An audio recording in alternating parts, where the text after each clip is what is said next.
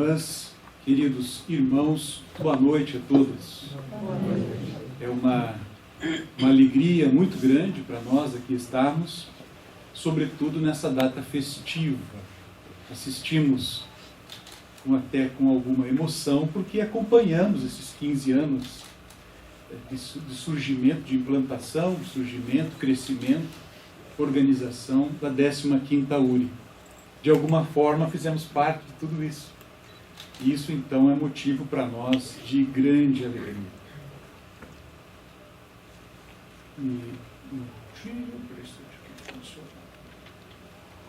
As nossas reflexões nessa noite, elas terão este desafio de tratar de duas asas, podemos assim dizer.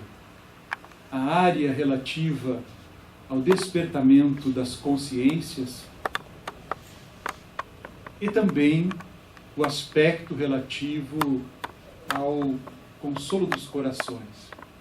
Podemos dizer que este é o papel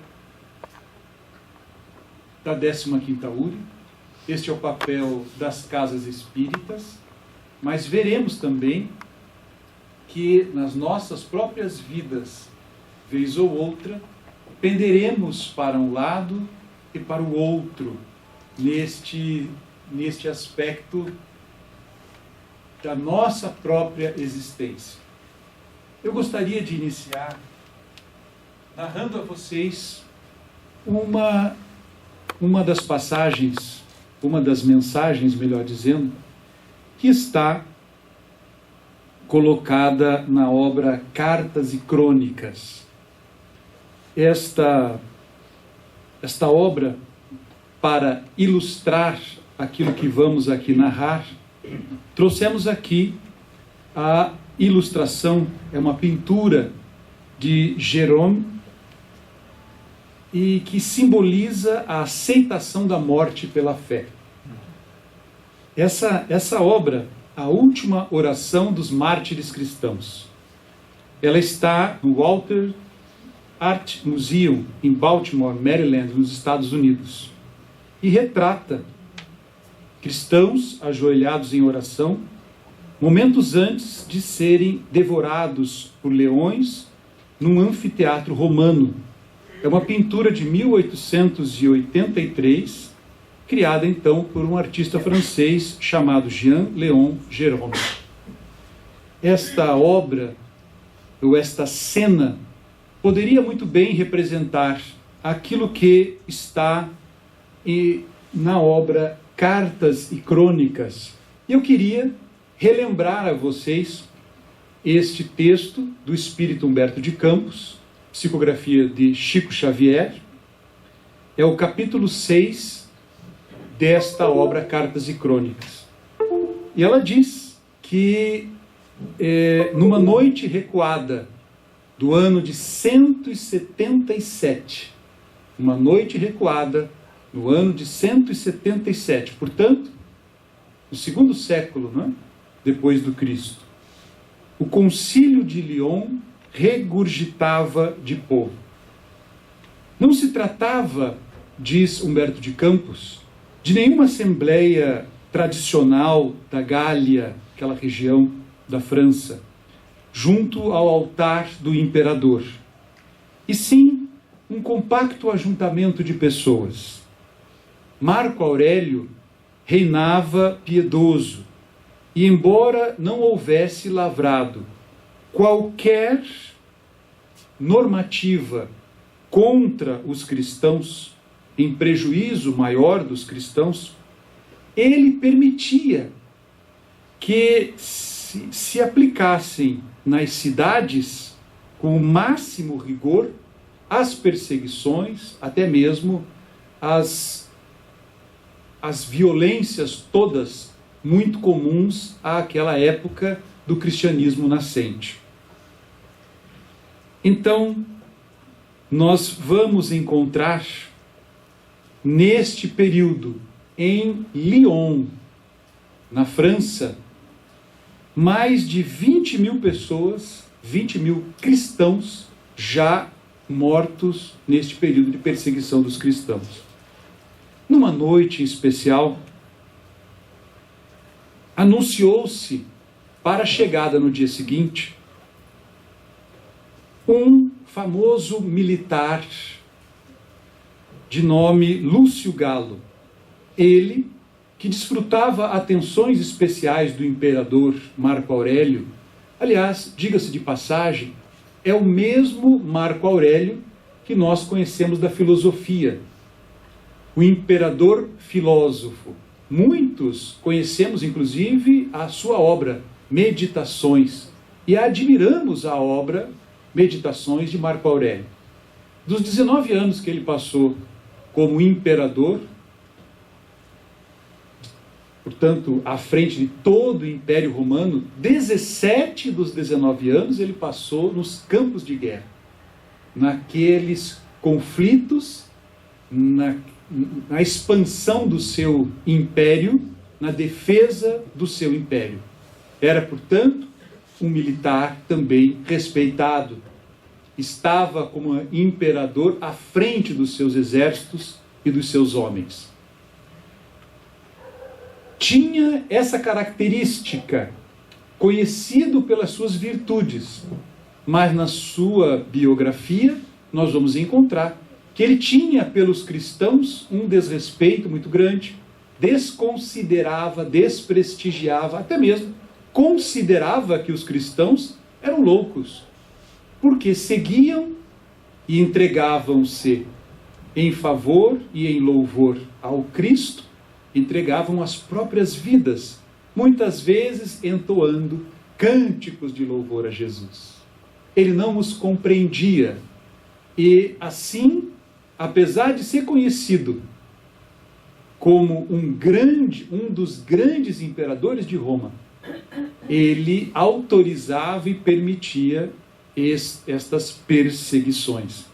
É nesse contexto, então, que este militar, Lúcio Galo, que havia conquistado junto ao imperador algum certo prestígio, porque conteve uma rebelião, julgavam os que se rebelaram que o imperador havia morrido no campo de batalha e aproveitaram então para invadir Roma.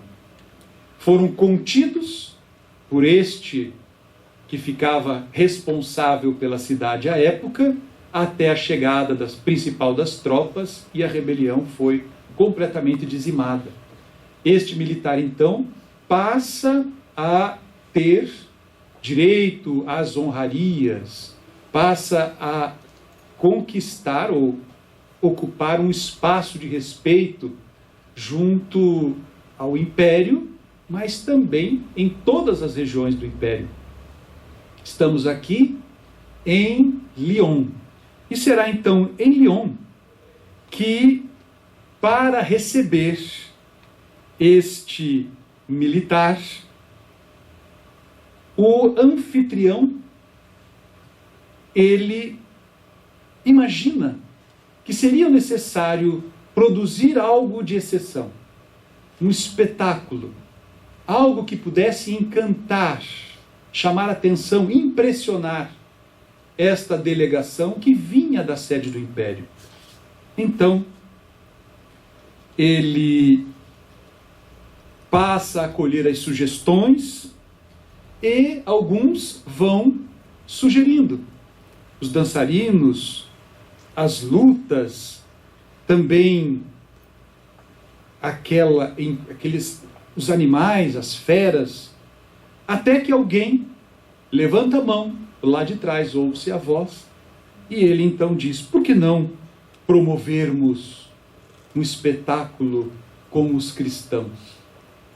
A ideia é aceita e então passa-se a um segundo momento em que aquele que era o anfitrião se dirige à sua corte dizendo que a ideia era excelente.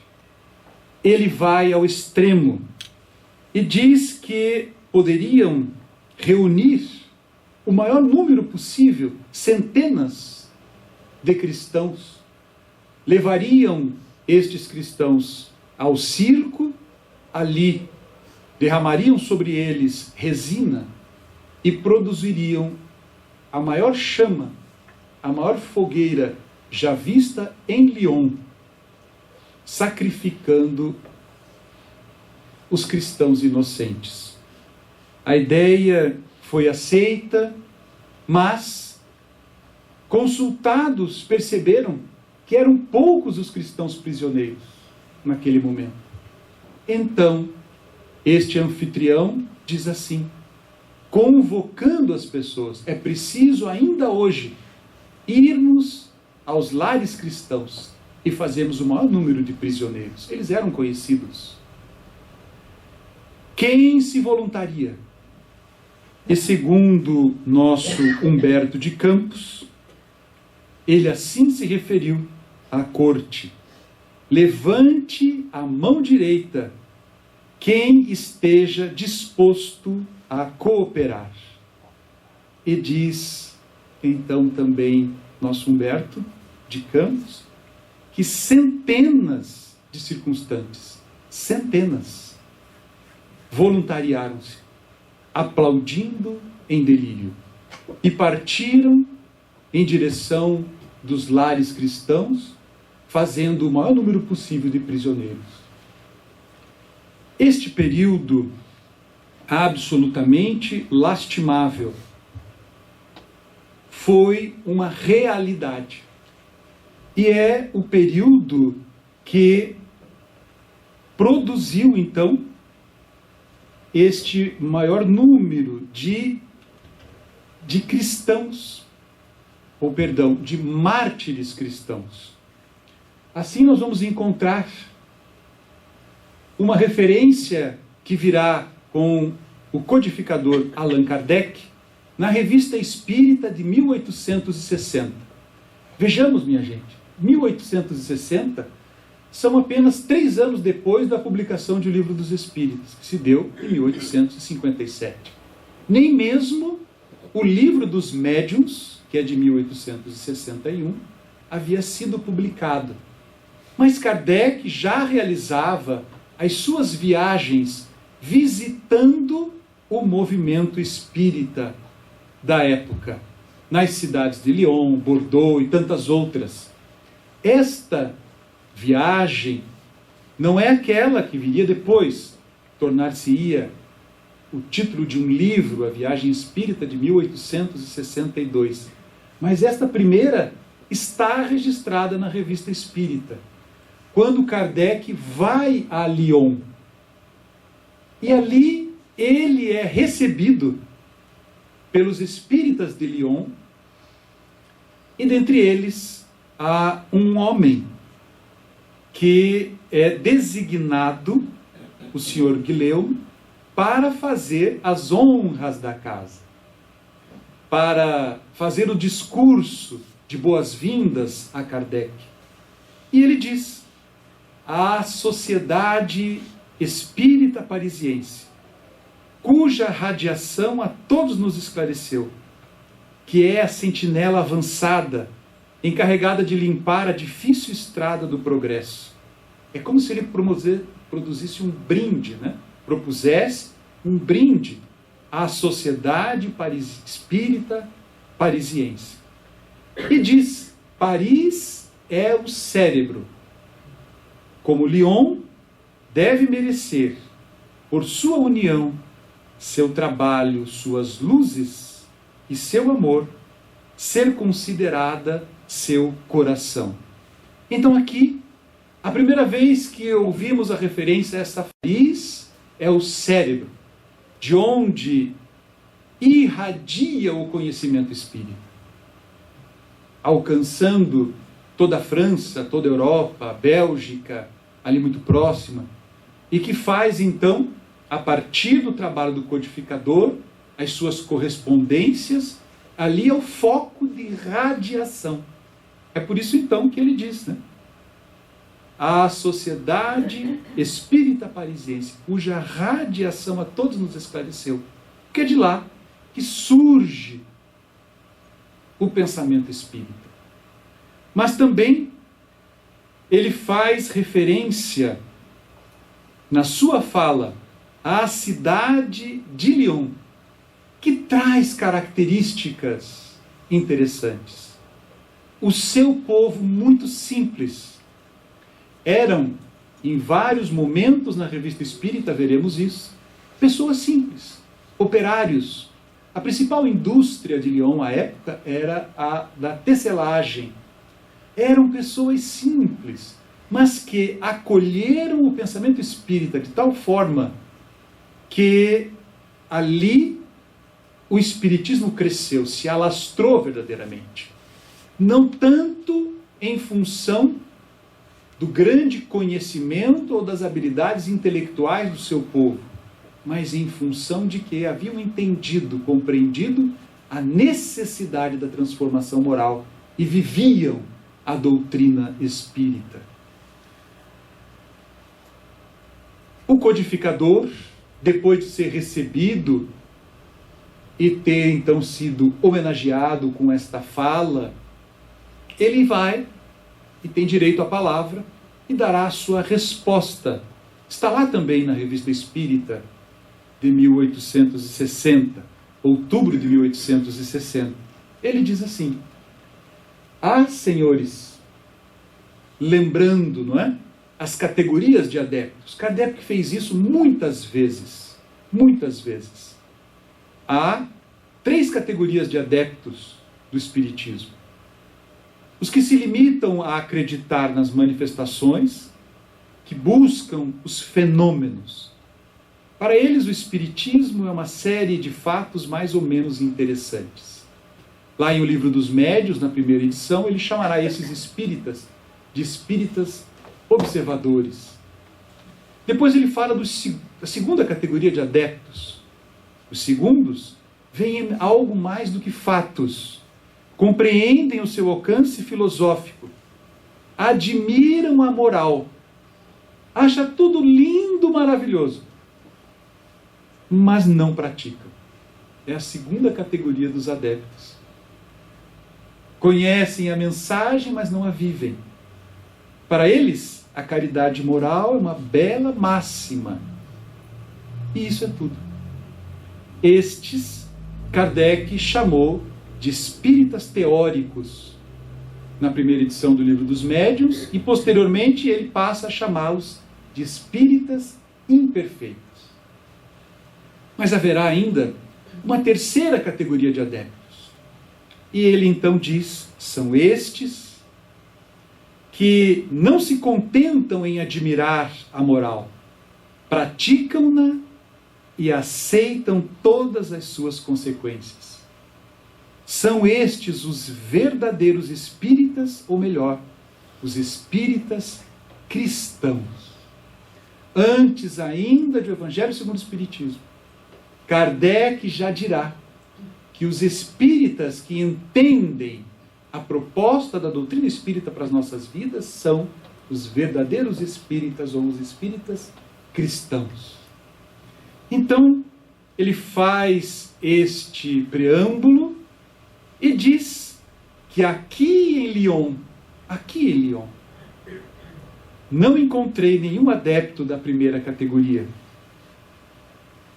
Demonstra alguma surpresa. Então ele diz: não foi sem razão que outro dia os espíritos me responderam por um dos nossos médiuns mais dedicados, em Paris, quando eu lhes exprimi a minha surpresa. Espíritos, através de um dos principais médiuns da Sociedade Parisiense de Estudos Espíritas, enviam uma mensagem dizendo: por que te admirar? Lyon foi a cidade dos mártires. A fé aqui é viva. Ela fornecerá apóstolos ao Espiritismo. 18 séculos, à época, 19 séculos depois daqueles episódios do cristianismo nascente. E repete, eis aí a coincidência que Kardec destacará em seguida. Porque o Espírito, lá em Paris, usou exatamente a mesma frase que o Sr. Guilherme, inspirado possivelmente pelo mesmo Espírito no seu discurso, também proferiu. Ele então diz: se Paris é o cérebro, Lyon será o coração. A coincidência desta resposta, né, com a que vos foi dada precedentemente, e que o Sr. Guilherme acaba de recordar em sua locução, tem algo de muito significativo. Quando nós nos deparamos com essa frase, nós então nos debruçamos sobre ela, para entender se há algo de muito significativo nesta frase. É preciso compreendê-la. Então, Paris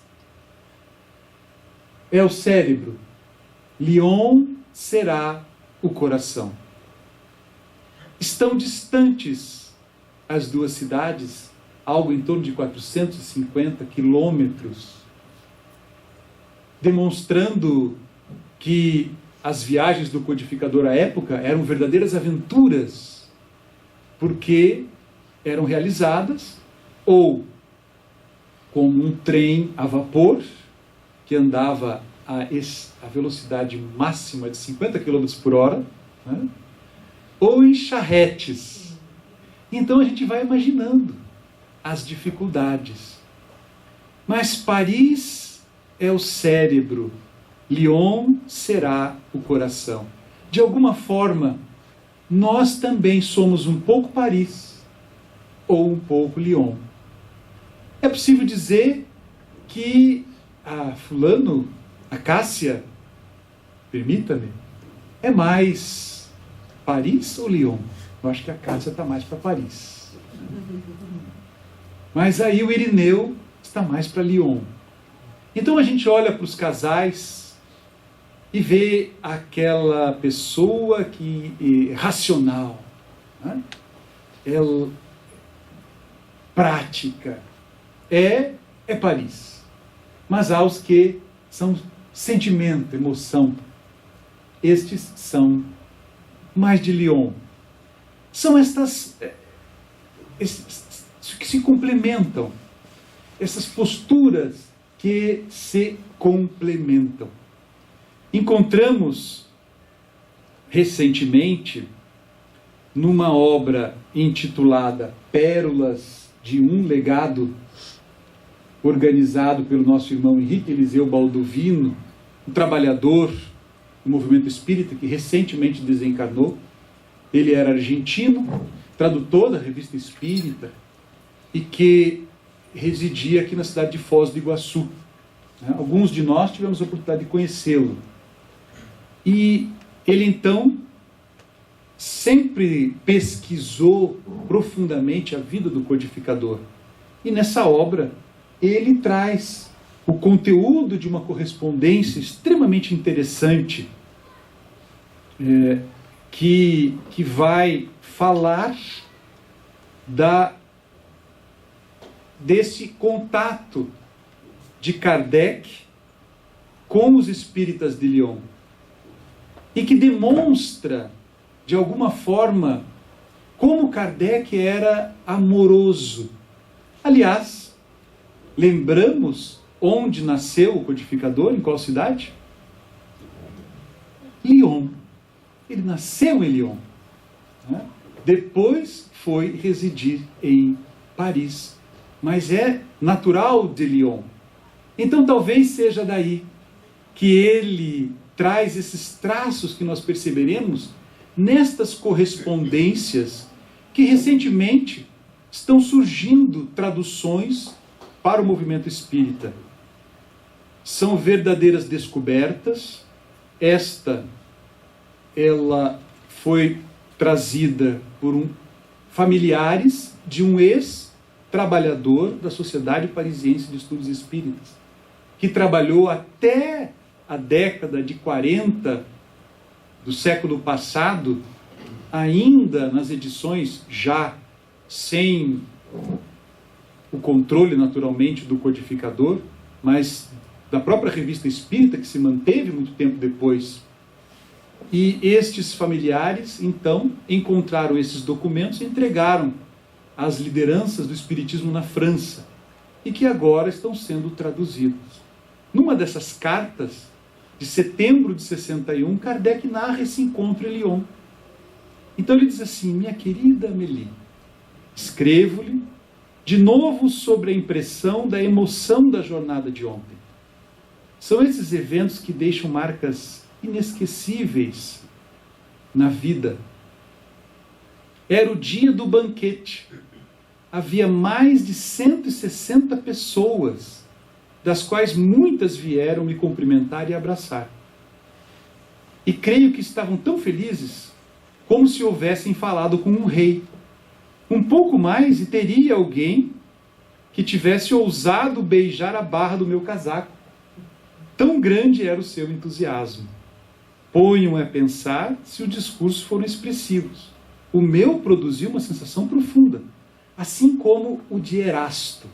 Erasto, o espírito Erasto, havia transmitido uma comunicação na Sociedade Parisiense de Estudos Espíritas e Kardec levou a Lyon. Então, isso está lá na Revista Espírita, a Epístola de Erasto aos Espíritas de Lyon.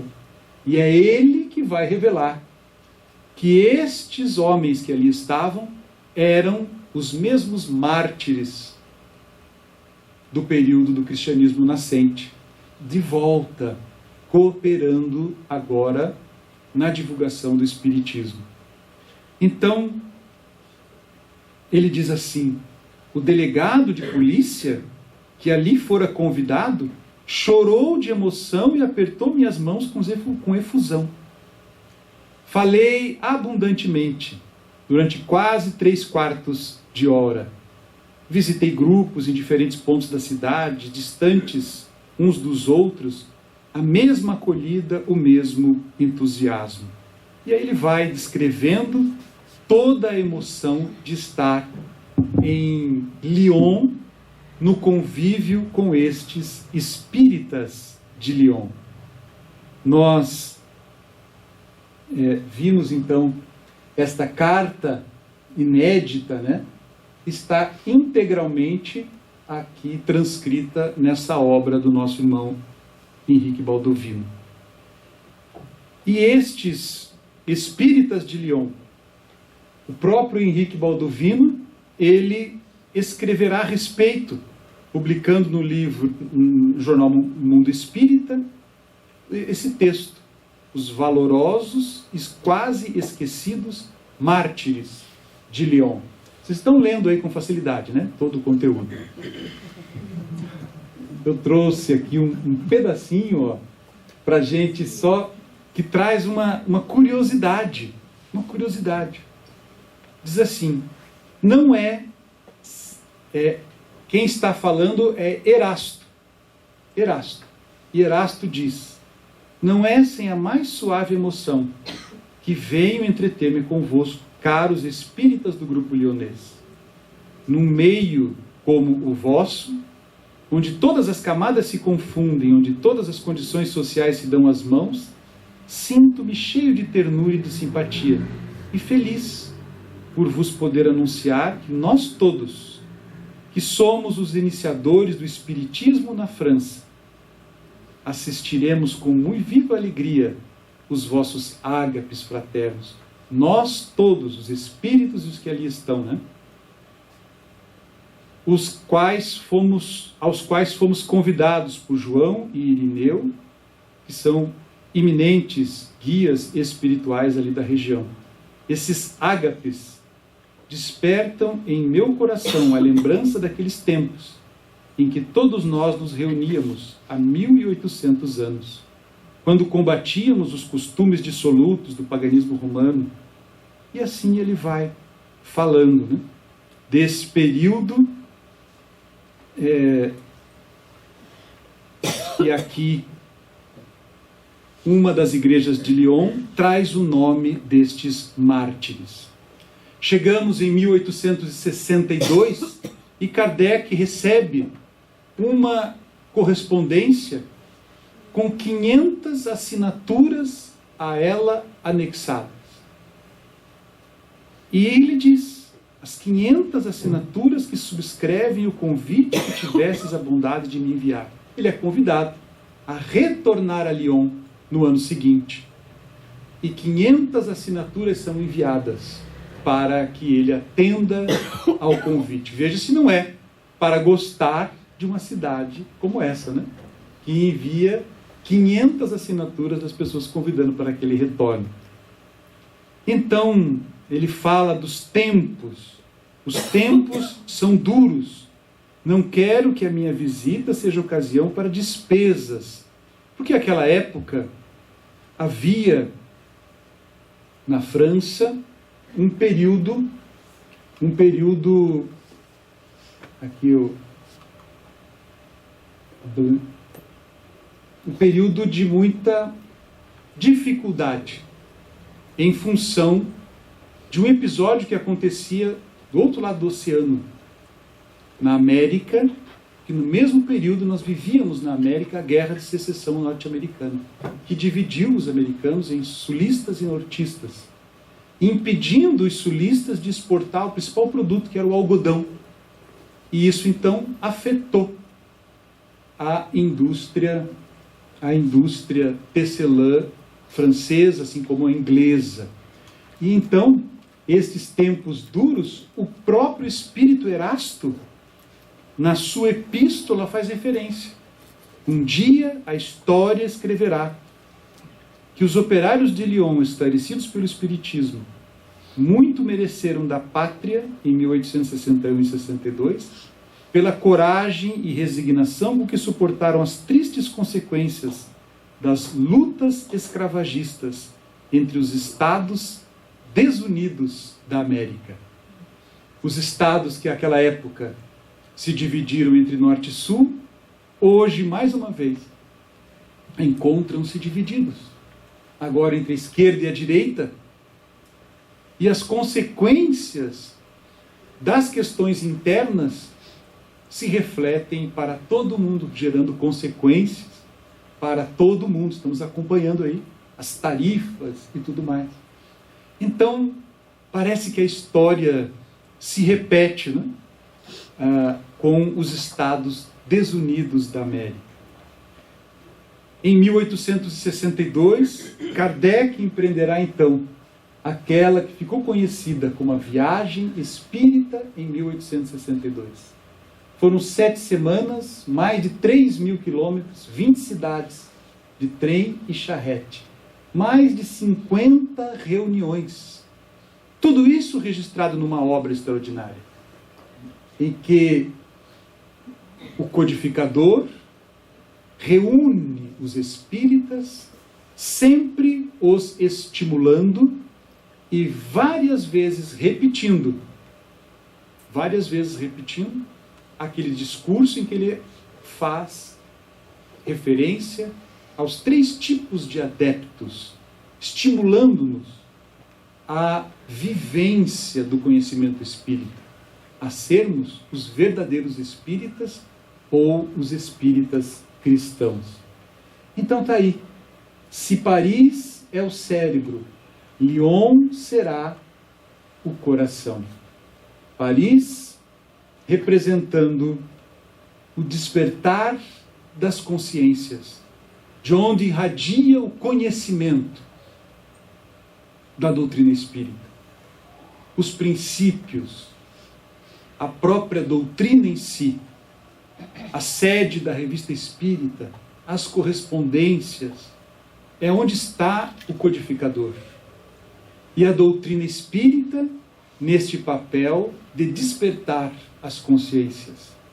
Mas também, em Lyon, teremos a representação da necessidade de estarmos atentos aos sentimentos. Então, se a Casa Espírita, se a URI trabalhará o esclarecimento, a divulgação da doutrina espírita com as palestras, com os seminários, como vimos nas apresentações das fotos, trabalhará também a formação dos trabalhadores para que possam viver a doutrina e que possam representar e construir este espaço de acolhimento, um movimento espírita acolhedor, uma casa espírita acolhedora.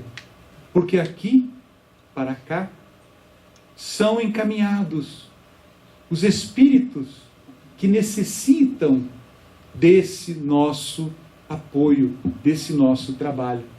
Então, Paris, o despertar das consciências, o esclarecimento, Lyon, o consolar corações, o acolhimento.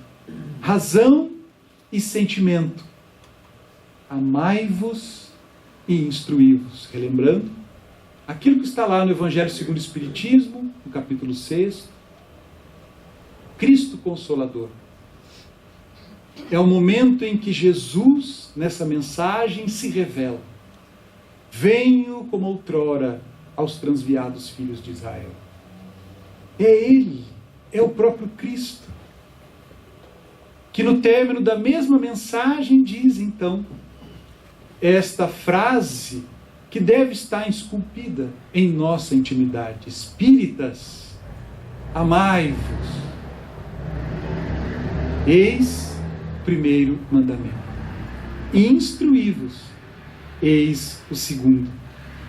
Então nós teremos sempre a oportunidade de vivermos ou de estarmos atentos a estes dois vieses.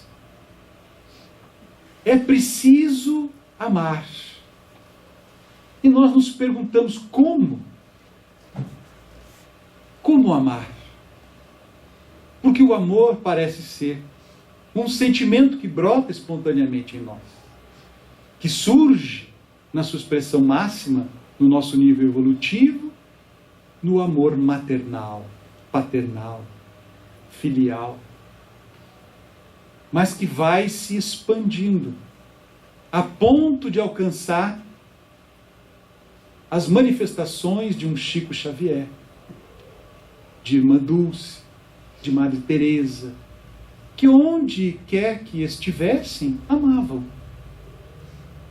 Sem seleções, sem escolhas, sem privilégios, porque haviam conquistado este estado em que o amor é um sentimento por excelência. É a chamada dimensão passiva do amor.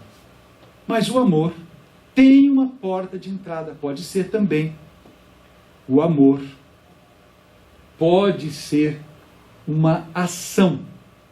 E é aí que esse sentimento dá os seus primeiros passos. E ele estará, então, nessa dimensão ativa, subjugada ao pensamento e à vontade, ao nosso querer. É, então, o amor aqui, ação. É fazer aos outros o que queremos que estes nos façam. É a caridade. A caridade é o amor em ação. E deverá ser para nós a porta de entrada. Porque ninguém conquistará essa capacidade de amar indistintamente, como amou Jesus, em tempo integral, a todos. Se não vivermos, se não praticarmos, se não experimentarmos, trabalharmos. Então não é por outra razão que nosso Emmanuel, em 2 obras, ele utiliza a mesma frase. A disciplina antecede a espontaneidade. Amaremos espontaneamente. Amaremos, mas a partir do momento em que nos disciplinarmos a agirmos absolutamente em consonância com a lei de amor, praticando a caridade, que vai nos colocar no contato com o outro vamos ampliando a percepção do outro, e então essa é uma dimensão ativa. Ativa. Está sob nosso controle. É trabalharmos o pensamento e a vontade.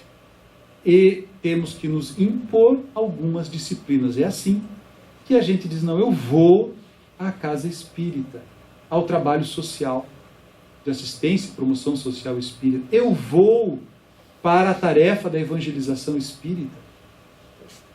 Porque é o amor em ação. E então a gente vai. E no contato com aquelas pessoas, no contato com aquelas crianças, a gente vai aprendendo a perceber o outro, e aquilo que era uma disciplina que eu me impunha, vai se tornando algo natural em mim. A disciplina antecede a espontaneidade. A dimensão ativa antecede essa dimensão passiva do amor. É então o grande desafio do amai-vos. Mas nós não podemos esquecer que é necessário também conhecer.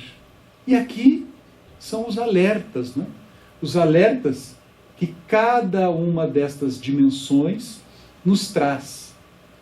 Porque se sabemos as coisas, estas coisas, diz Jesus, bem-aventurados sois se as fizerdes. O conhecimento, sem a vivência, sem a ação, mais nos compromete. Então, por vezes conhecemos a doutrina espírita, seus princípios, as questões de O Livro dos Espíritos, de cor e salteado. Mas a vivência deixa a desejar. Se sabeis, bem-aventurados sois, se fizerdes, se praticar aquilo que você conhece. Mas também, por outro lado, os que somos todo sentimento, todo amor, não descuidemos da busca pela verdade. Então Jesus nos diz: conhecereis a verdade, e a verdade vos libertará. São os alertas que é preciso que se faça para um lado ou para o outro. Quem é de Lyon é aquela pessoa todo amor. Então a gente chega na casa espírita e é muito comum que a gente diz assim: se eu pudesse escolher alguém para me aplicar o passe, eu escolheria a senhora, aquele senhor, aquela pessoa, aquele trabalhador. Nem sempre será aquele que ocupa a tribuna, que exibe maior conhecimento, mas é aquela pessoa que exibe vivência, amorosidade em todos os seus gestos. Nós, meus irmãos, queremos concluir retornando à obra Cartas e Crônicas. Porque no despertar das consciências, na ampliação da nossa forma de enxergar a vida, a doutrina espírita tem contribuído demais para nós. Faz-nos compreender. Então, nosso Humberto de Campos dirá o seguinte, no término da sua mensagem: ainda há centenas de pessoas que levantaram as mãos,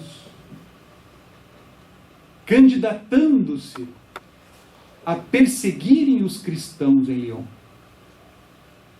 Sobre estas pessoas, ele dirá: quase 18 séculos passaram sobre o tenebroso acontecimento. Entretanto, a justiça da lei, por meio da reencarnação, reaproximou todos os responsáveis, que em diversas posições de idade física se reuniram de novo para a dolorosa expiação a 17 de dezembro de 1961, na cidade brasileira de Niterói, em comovedora tragédia num circo. A mensagem de Humberto de Campos é de 1965, apenas 4 anos depois daquilo que tornou-se conhecido como o espetáculo mais triste da Terra, que se deu no Brasil, especificamente em Niterói. Curiosamente, nosso José Raul Teixeira, que é de Niterói, narrou-nos que ele ia ao circo. Era um espetáculo esperado na cidade. Uma lona gigantesca, capacidade para 3.400 pessoas, todos os ingressos vendidos. A lona de algodão, impermeabilizada com uma parafina, era altamente inflamável. Raul esperava pelo pai, que deixaria o trabalho, passaria para pegá-lo e levá-lo. Perdão, era um amigo de família. E ele, por alguma razão, atrasou-se. E Raul conta que naquela tarde permaneceu sentado na calçada em frente à sua casa, aguardando aquele que o levaria ao circo, mas não foi. A cidade movimentara-se em torno do espetáculo. E não se sabe se de forma criminosa, é uma das versões, ou em função de um acidente elétrico, outra das versões. O fato é que a lona pegou fogo. E da porta de entrada surgiram as primeiras labaredas, impedindo a saída das pessoas, que desesperadamente passaram a improvisar. A agitação movimentou uma das 4 elefantas que o circo possuía, que abriu espaço por sobre as pessoas, buscando também salvar-se, os animais. Então, a tragédia do circo de Niterói matou de uma só vez 503 pessoas, mais do que o incêndio de Joelma e o incêndio da Boate Kiss, somando-se um e outro. É o maior acidente que se tem notícia no nosso país. O episódio é um trauma na cidade de Niterói até hoje. Ainda encontram-se pessoas, familiares, que perderam seus familiares, seus entes queridos, no acidente de 1961. A doutrina espírita, ao despertar-nos a consciência, vai revelar que muitas vezes, na nossa caminhada, os crimes cometidos, os erros do passado, eles vão sim sendo trabalhados. No tempo certo, nós vamos sim nos restabelecendo para com a lei.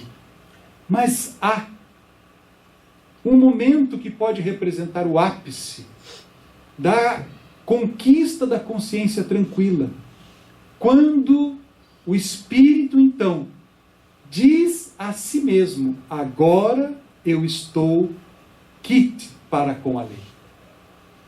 Ele vive o trauma semelhante àquele que promoveu, para que ele possa conquistar o céu da consciência tranquila de quem errou, mas reparou e expiou.